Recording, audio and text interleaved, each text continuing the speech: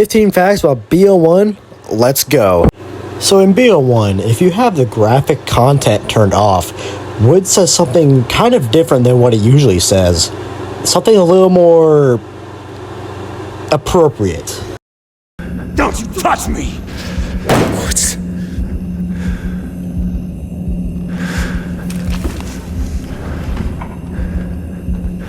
Bastards, we're gonna make him pay! You! No talk. Blay! What's the plan? I'm thinking. No talk! One chance, Mason. We'll take it. Okay. Thundergun, you can't kill me! You shoot, G.I., you shoot! Damn!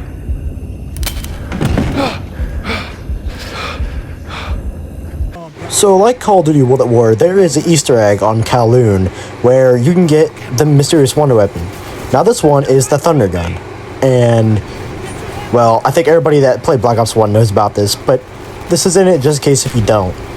Now, how you do it is you destroy these canisters right here, and you gotta make sure you get all of them in and know the gas leaks out. And then what you want to do is come back to this room right here, and there'll be a cassette thing. You gotta make sure this thing is open. After you do that, you will hear a sound, and you'll want to proceed up the ladder. Now, after Weaver and Clark both open the fridge, or room I should say, to your left there should be another cassette thing. You'll want to put the thing you got from earlier in, and you'll start hearing sounds. Does not mean I'm in any hurry to embrace it. Whatever you say, English.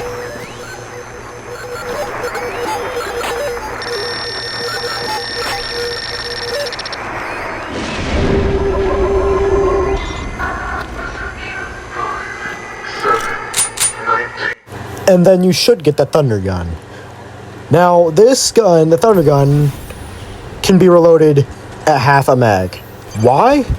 Well, for the short and simple answer, it is mainly because when the Thundergun was added to the campaign as an Easter egg, it was the pre-patch version when the game first launched in 2010. Meaning that instead of having to shoot both of the rounds, you have to, you can just reload, half the duration. I think it's pretty neat, because I wish you could do that in zombies. In the mission Defector, there is a soldier that you meet named Crosby who is holding a radio and is trying to call for help. We'll make it! You just be there! Delta Oscar Tango! 5, we do not have authorization in that grid. Everyone's in the shield zone.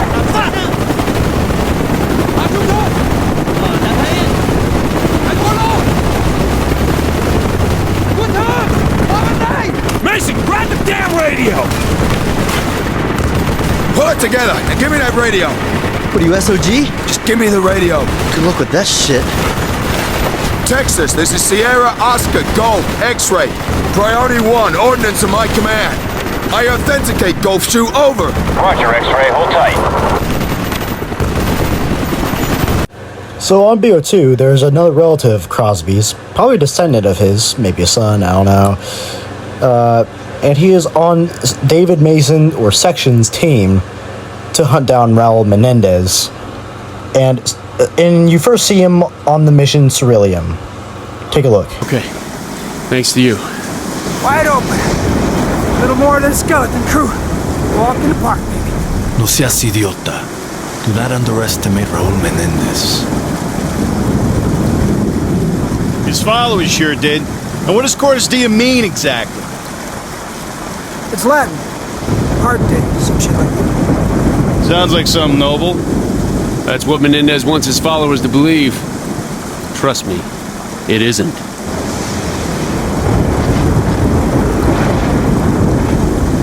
So on the mission Project Nova, you have World War II guns, as it is a World War II mission, and all of these weapons sound different than their World at War counterparts.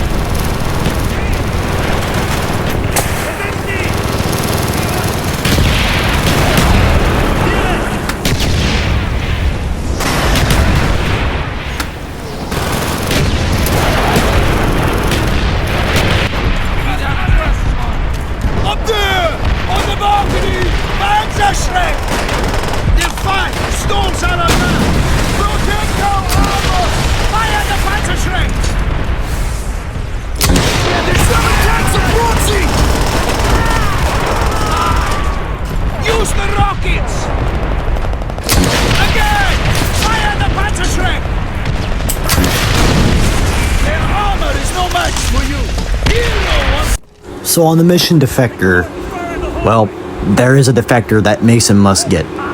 Now, the thing is, this is epic foreshadowing in my opinion, because Reznov is not the Defector. Sorry for spoilers, but as you can see here, the Defector is dead already.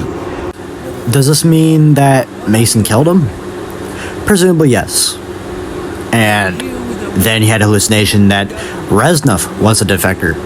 Even though Reznov died back at Bermuda, as we know, so because I'm gonna assume you played Black Ops 1, if not, I'm sorry, but spoiler alert. Mason is hallucinating this whole segment, this whole mission with Reznov is a hallucination. Not the mission itself, but with Reznov, it's a hallucination. Reznov is not really there. It's in Mason's figment of imagination. Sometimes it's Mason thinking he's Reznov. Crazy, I know. On to the next fact. So on the multiplayer map Convoy, there is a wanted poster of a child. And as you can see here, it is posted here near a lubrication shop. And it is of a kid named Raphael Angelini. And yes, it is a wanted poster. So, I don't know what they've been wanting this kid for, but yeah. And here is what it reads. Caution, Raphael Angelini is considered armed and dangerous. He is also super brave and an epic Call of Duty player. Beware that he is much loved by developers Activision and Activision Blizzard. Shout out to Raphael Angelini if you're seeing this. I don't know if you are, but hi. Alright, on to the next fact. So, Black Ops 1 is known for many things in the franchise. Its addition of emblems, zombies, stuff like that. But what it is not really known for is how it is the first game to have training bots in a mode called combat training. Now, I find this very underrated, but one of the coolest features of combat training is that you can see all your friends on your friends list as bots with 3 arcs as their clan tag. Pretty goofy, really. That could be a kill and Luminous on the other team. Luminous, I miss you. But, yeah, it's just, I love that you can play bots. And it even works especially, and I like it when, you can't find a match and you want to train and maybe try to get better, and you can just play with bots. Combat training is combat training after all. And after Black Ops 1, they said, yeah, we're not going to have MMO for 3. But when Black Ops 2 came out, they're like, yeah, we're going to have bots. And not just for combat training, just in general. And honestly, bots have stuck with Call of Duty ever since. And that is really what I like about Call of Duty. And it's underrated, but I think bots are cool. As long as they're, in custom matches, not in publics. Unless it's the Call of Duty 2, because you can't find no matches on that game anymore. And it sucks, because, But, yeah, I just thought I wanted to tell you guys about that. On to the next fact. Did you know BO1 was also the first game to implement actual customizable emblems that you can make yourself? You want to make a milkshake? Make a milkshake. You want to make a penis? Make a penis. Literally, there's so much opportunity with the emblem maker, and honestly, mine was just a pink background with a pink dude with a gun shooting. Something simple. It wasn't that, complex, but someone made really complex stuff, and someone can make real art with it, and I really miss emblems. Activision Trick, please return emblems, please. Please. If you're not gonna do it this year, next year, please. I get it, sometimes these emblems can be vulgar and inappropriate, but you gotta stop catering to little kids. You gotta start getting balls. I mean, it's M-rated game for a reason, so I'm not coming to attack you. I'm just saying, you gotta understand what label you're putting on these games, and there's gonna be people that are mature, that are, like, age-wise, that will put penises on emblems. All right. And I know that's why you ban them, because inappropriate stuff. It's not because, it's because no one cared about them. Oh, everybody cared about emblems. That's the creativity of a community. And when you take that away and you give them crappy bundle emblems and stuff, it's not creative. just a suggestion. All right, I know you probably won't because you care more about Warzone and, you know, being greedy, but you do you, Activision, you do you. I'm just a small YouTuber. So in most of the old Call of Duties, you have factions, not these stupid, crappy operators that we have nowadays. I hate operators. And each operator in Black Ops has their own distinct and unique customization based off of the first perk, you know, the blue perk. And, well, overall, I mean, it just depends on that perk. Now, in COD 4, World at War, Modern Warfare 2, it depended on what weapon you were carrying, and some of the newer CODs before operators did the same thing. Now, say you have the Ghost perk, you guy will have a hood on or a ghillie suit, you have a flak jacket, your dude will have heavy armor. If you have hardline, you'll look like an actual soldier. Lightweight, you look like a lightweight soldier with lightweight gear. Scavenger, well, you'll look like a scavenger. Yeah, he'll have like CQB stuff on. That's what it'll be. Yep. Another thing you might have missed from Call of Duty Black Ops is the in-game currency known as COD points. No, not the big ol' schmuckaroos you get to pay for to get the new Dragon Dildo bundle in the new Call of Duty. So in my profile in the top upper right corner, you can see a little C with the line through it. Those are in-game COD currency points. You can spend it on emblems, calling cards, weapons attachments, guns, you name it, you can buy it. And it contracts. All by grinding. And I think they should have kept that instead of going to actual US dollars or whatever currency you have. And I think giving the player, like rewarding the player with points to spend on things, gives them more of an incentive to keep playing. So yeah. Next, on to zombies. So in Kino der Toten, when you get Quick Revive, it revives you when you go down. Now, I know this is a stupid thing to probably think about in your head. You're like, why would you be telling us this? This is obvious. Well, fun fact, in World at War, on all maps, that didn't revive you when you went down. You just died. It just did. I don't know what it did exactly, because I don't play World at War Zombies a lot. Shocker, I know. I'm a Baruch fanboy, but still.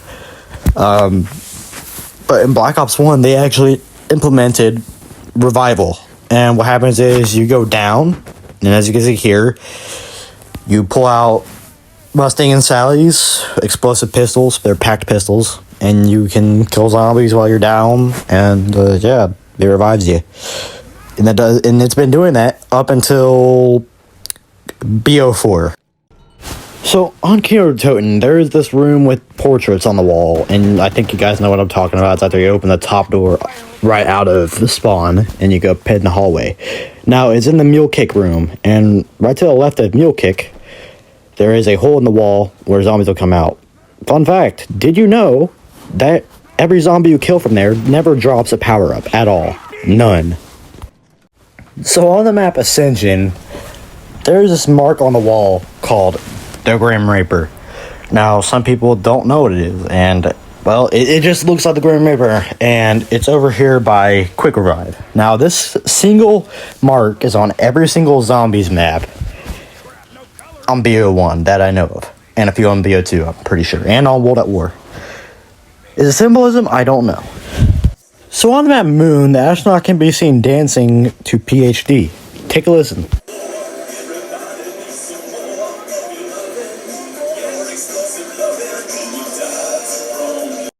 So on the map Moon, did you know that the whole map itself was not even supposed to be on the moon? Yeah, it was meant to be in Paris. The map Moon was meant to be in Paris, with the starting room here supposed to be in the catacombs.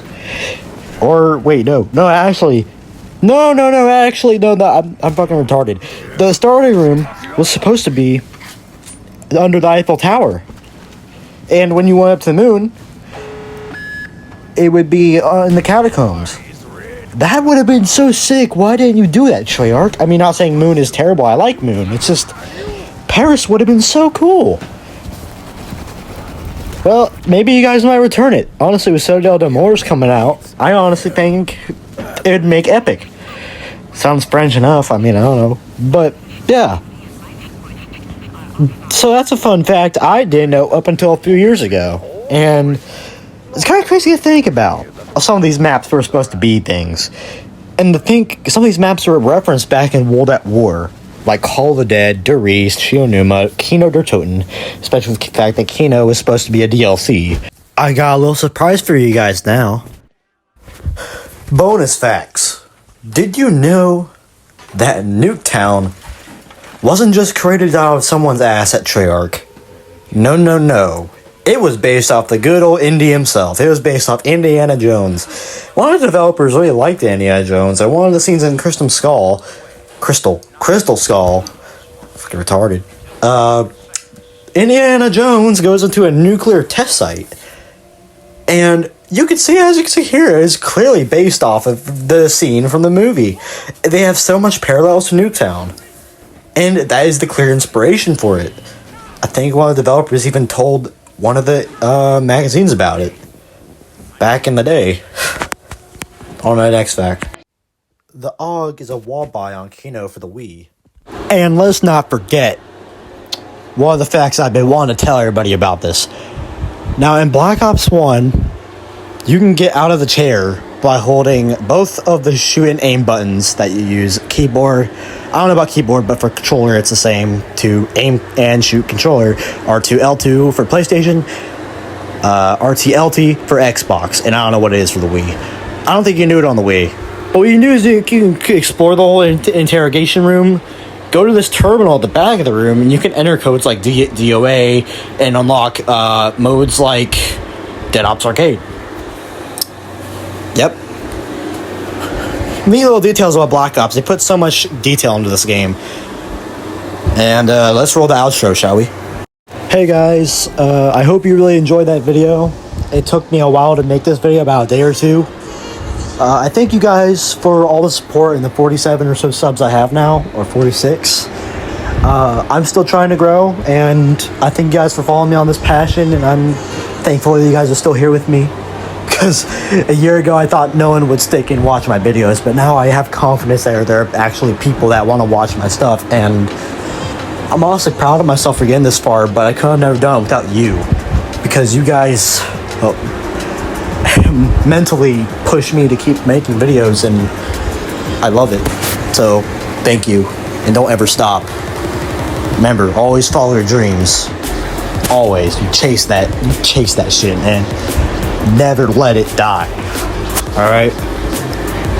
And being a small channel like myself, it's hard for me to keep being consistent with how much stuff's going on in my life. A lot of family issues, a lot of school stuff, a lot of I'm trying to find a job. It's difficult for me right now, mentally. Going through what I'm going through. I might make a video on it, but I'm not sure. I just want to say that I won't be like every single day like those gun evolutions, but I will be consistent, like with weeks, stuff like that. And if I can upload every day, I will, because I want to make sure you guys are well fed meaning you're wanting to watch videos, I give you some videos, and I want to be your favorite YouTuber. I really do. So please sub if you want to. You don't have to. See you guys. I'll see you in the next video.